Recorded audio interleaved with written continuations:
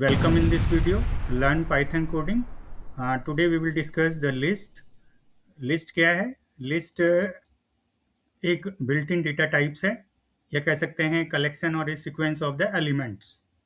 अब built in data types क्या होते हैं? अगर हम define करें तो built in data types are the predefined classes in the Python that are used to store and manipulate the different kind of data.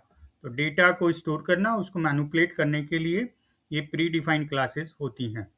ठीक है, तो लिस्ट देखते हैं. लिस्ट को अगर कैसे डिफाइन कर सकते हैं, कैसे हम समझते हैं. A list is an ordered mutable collection of the elements that can store different data types and allow the duplicate values. देखते हैं. It is a collection of elements ordered which are the ordered. ये जो collection of elements है mutable होता है और duplicate element इसमें allowed होते हैं. और इसको हम डिफाइन करते हैं किससे? स्क्वायर ब्रैकेट से. तो जैसे मेरे को अगर कोई लिस्ट डिफाइन करनी है तो मैं लिस्ट डिफाइन करूंगा, ब्रैकेट के अंदर मैं एलिमेंट रखूंगा विद कॉमा सेपरेटर. और ये कॉमा सेपरेटर में यहाँ पे मैं 10 भी रख सकता हूँ. It is a one element. यहाँ मैं कोई नाम भी लिख सकता हूँ क्योंकि एलिमेंट हैं तो न्यूमेरिक भी हो सकती है या स्ट्रिंग हो सकती है. यहाँ मैंने 5 लिख दिया. तो दीज आर द 3 एलिमेंट. तो ये मेरा एक लिस्ट है. लिस्ट को किस में स्टोर कराते हैं? किसी एक वेरिएबल में. तो सपोज मैंने L1 यहाँ लिख देता हूँ तो ये वेरिएबल का नाम हो गया जो लिस्ट टाइप का एक वेरिएबल है. जैसे हमने लिस्ट वन एक वेरिएबल है जिसमें कि हमने 4 एलिमेंट रख दिए हैं और इसको हमने क्या किया? प्रिंट कराया है. Print list one. तो क्या है? ये लिस्ट के एलिमेंट को प्रिंट करेगा. तो लिस्ट को हम अपेंड भी कर सकते हैं. जैसे ये एक ऑर्डर्ड है तो आप देखते हैं कि यहाँ पर हर एक एलिमेंट एक अपने आप में ऑर्डर है, एक इंडेक्सिंग है इसकी. म्यूटेबल है. म्यूटेबल इट मीन्स चेंजेबल है. इसकी एलिमेंट की वैल्यू को चेंज कर सकते हैं, अपडेट कर सकते हैं लिस्ट को. दूसरा डुप्लीकेट एलिमेंट कि सपोज एक देखिए इसमें लिस्ट वन के अंदर 22 टाइम्स लिखा हुआ है तो ये डुप्लीकेट वैल्यू को भी अलाउड करता है. जब इसको प्रिंट कराएंगे तो ऑब्वियसली बात है ये लिस्ट प्रिंट करेगा 10, 20, 30 एंड 20. ठीक है. अब लिस्ट में अगर आप लिस्ट में एक और एलिमेंट डालना चाहते हैं तो एक अपेंड मेथड होता है. उस लिस्ट वेरिएबल के साथ डॉट और डॉट के साथ अपेंड लगाएंगे. अपेंड के ब्रैकेट में जो भी एलिमेंट रखेंगे वो एलिमेंट क्या है? इस लिस्ट में ऐड हो जाएगा. जो लिस्ट हमने वेरिएबल है वो लिस्ट वेरिएबल में ऐड हो जाएगा. ठीक है. तो अगर इसको हम प्रिंट कराएंगे तो क्या आएगा? लिस्ट वन को प्रिंट कराते हैं. और अगर हम लिस्ट वन और ब्रैकेट में 1 लिखते हैं यानी कि इंडेक्स है ये, तो इंडेक्स वैल्यू. तो मैंने पहले स्ट्रिंग में आपको पहले से ही बताया हुआ है जो इंडेक्सिंग स्टार्ट होती है वो 0 से 1, 2 एंड 3. तो जो इंडेक्सिंग लिस्ट में के एलिमेंट की भी स्टार्ट होती है 0, 1, 2, 3, 4 एंड सो ऑन. तो यहाँ पे 1 लिखा हुआ है तो लिस्ट 1 का जो एलिमेंट है वो क्या है कि लिस्ट कहाँ से स्टार्ट होती है? 0 से स्टार्ट होती है. 0, 1, 2, 3. तो लिस्ट 1 अगर मेरा इंडेक्सिंग यहाँ पे दी हुई है तो वैल्यू क्या करेगा? प्रिंट 20 करेगा. तो ये मैं फिर से एक बार रिपीट कर देता हूँ. एक लिस्ट वेरिएबल है हमने जिसमें कि 4 एलिमेंट डाले हुए हैं. इसके बाद में हमने इसको प्रिंट कराया तो आउटपुट हमारा ये आएगा. इसके बाद में हमारा तीसरी लाइन में अगर हम देखते हैं तो लिस्ट वन डॉट अपेंड, एक एलिमेंट अपेंड कर दिया, अपेंड हो गया. इसके बाद में हमने प्रिंट कराया लिस्ट वन को तो जो अपेंड किया था उसके साथ ये सारी वैल्यू प्रिंट हो जाएंगी. और इसके बाद में सपोज इंडेक्स के साथ कोई एलिमेंट प्रिंट कराना है तो लिस्ट वन किया हमने, इंडेक्स 1 दिया है तो ये किसको समझेगा? जो इंडेक्स 1 पर होगा. तो इंडेक्स 1 पर क्या है? यहाँ पर है 20. इसकी जगह अगर 0 होता तो ऑब्वियसली बात है 10 प्रिंट करता. ठीक है. अब नेक्स्ट देखते हैं, हम प्रोग्राम देखते हैं कि फाइंड द हाईएस्ट मार्क्स. किसी लिस्ट के अंदर एक लिस्ट ऑफ मार्क्स बना देते हैं हम. जैसे एक छोटा सा प्रोग्राम है, बहुत छोटा सा प्रोग्राम है. ये एक हमारा वेरिएबल है लिस्ट टाइप का। इसके अंदर ये हमारे मार्क्स रखे हुए हैं। अब इस मार्क्स में हमें क्या निकालना है? Maximum marks.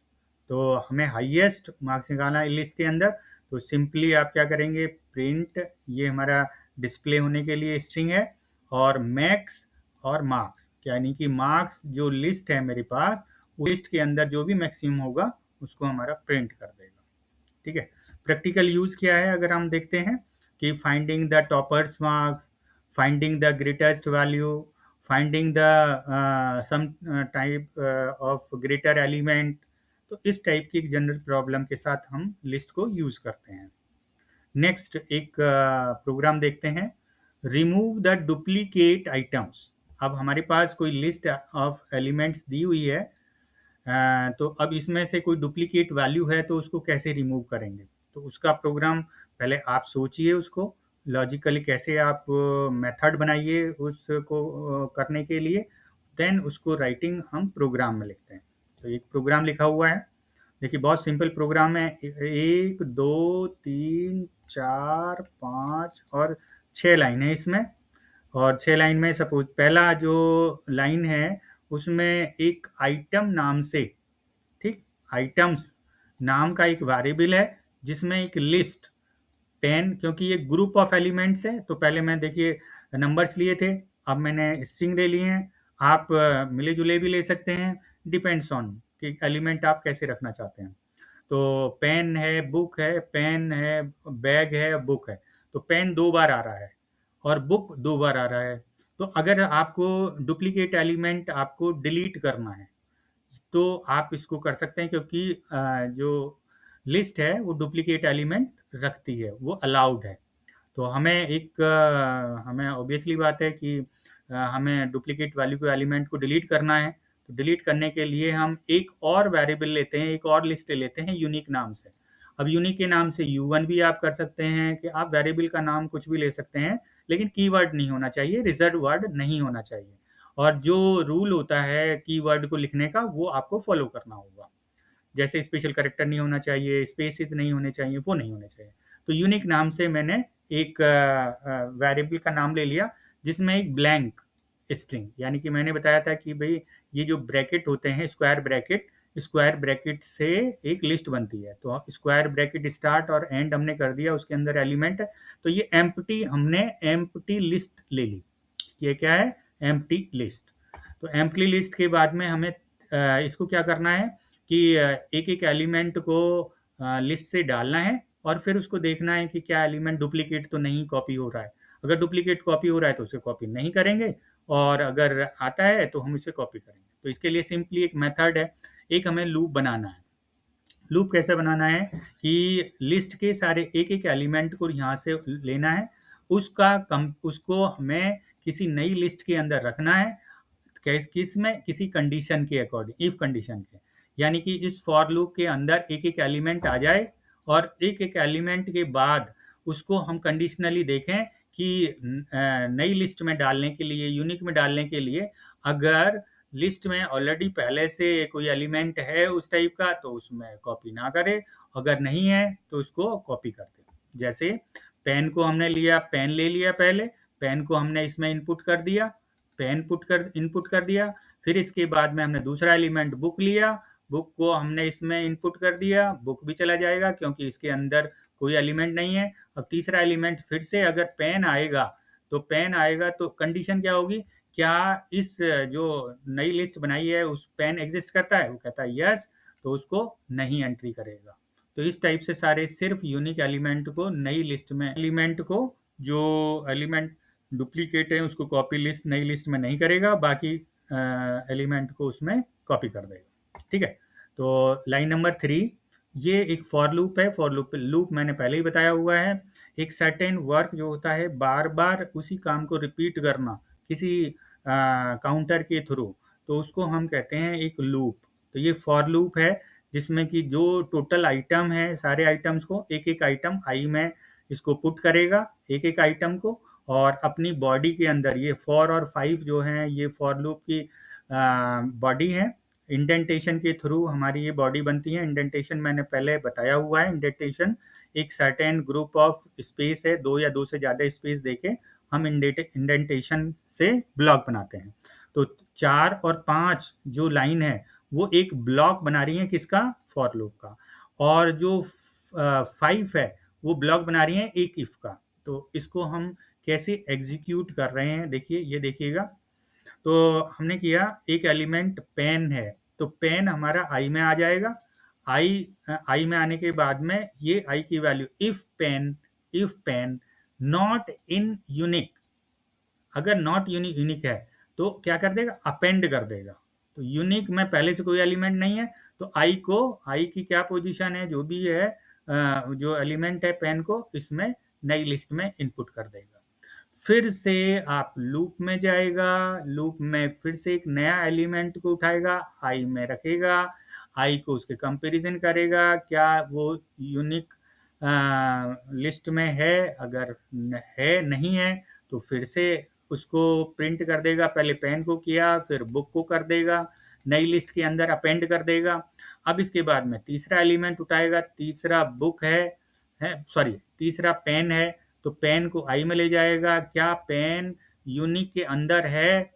देखो, मेंबर ऑपरेटर यूज कर रहा हूं मैं, नॉट इन मेंबर ऑपरेटर है यहाँ। इन ऑपरेटर जो है वो मेंबर ऑपरेटर है, और इधर जो है नॉट इन भी मेंबर ऑपरेटर है। वो चेक कर रहा है कि क्या इस ग्रुप में इस लिस्ट में एलिमेंट है, तो इसे कहेगा है, तो इसके बाद में उस पेन को प्रिंट नहीं करेगा। फिर वो नेक्स्ट काउंटर बढ़ा देगा, फिर बैग को चेक करेगा, बैग है तो बैग को इसमें डाल देगा, और फिर इसके बाद में बुक आएगी और बुक को इसमें डाल देगा। तो इस तरीके से हमारा ये एग्जीक्यूट हो जाएगा पूरी तरह से, और यूनिक में डुप्लीकेट वैल्यू नहीं होंगी, एक नई लिस्ट प्रिंट कर देगा। इसको करके देखिए।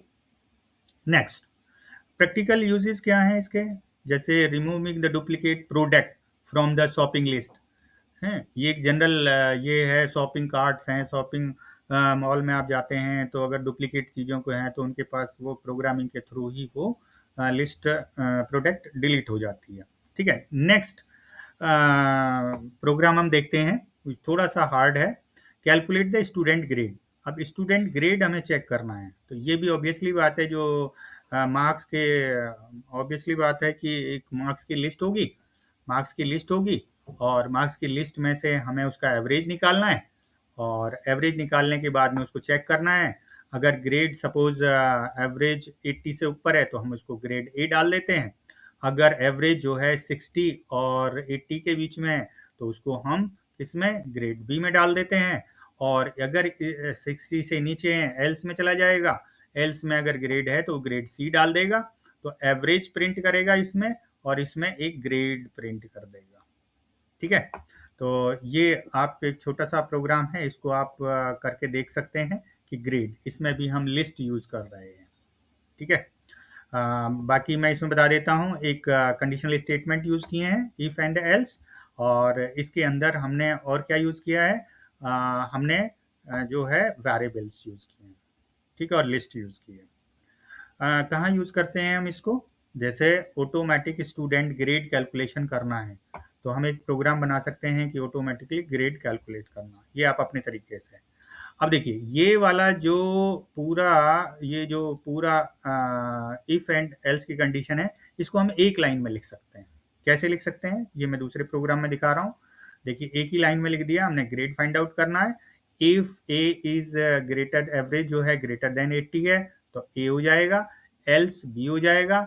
फिर से एक बार, if average is greater than 60, तो कर देगा, क्या कर देगा, ये 80 में नहीं है तो फिर इसके बाद में नेक्स्ट चेक करेगा, 60 से ऊपर और 80 से नीचे, तो ये कहेगा बी है, बी को कर देगा, और एल्स अगर सी को कर देगा। और इसमें ये, तो ये एक छोटा सा मेथड है, एक ही लाइन में कर दिया है।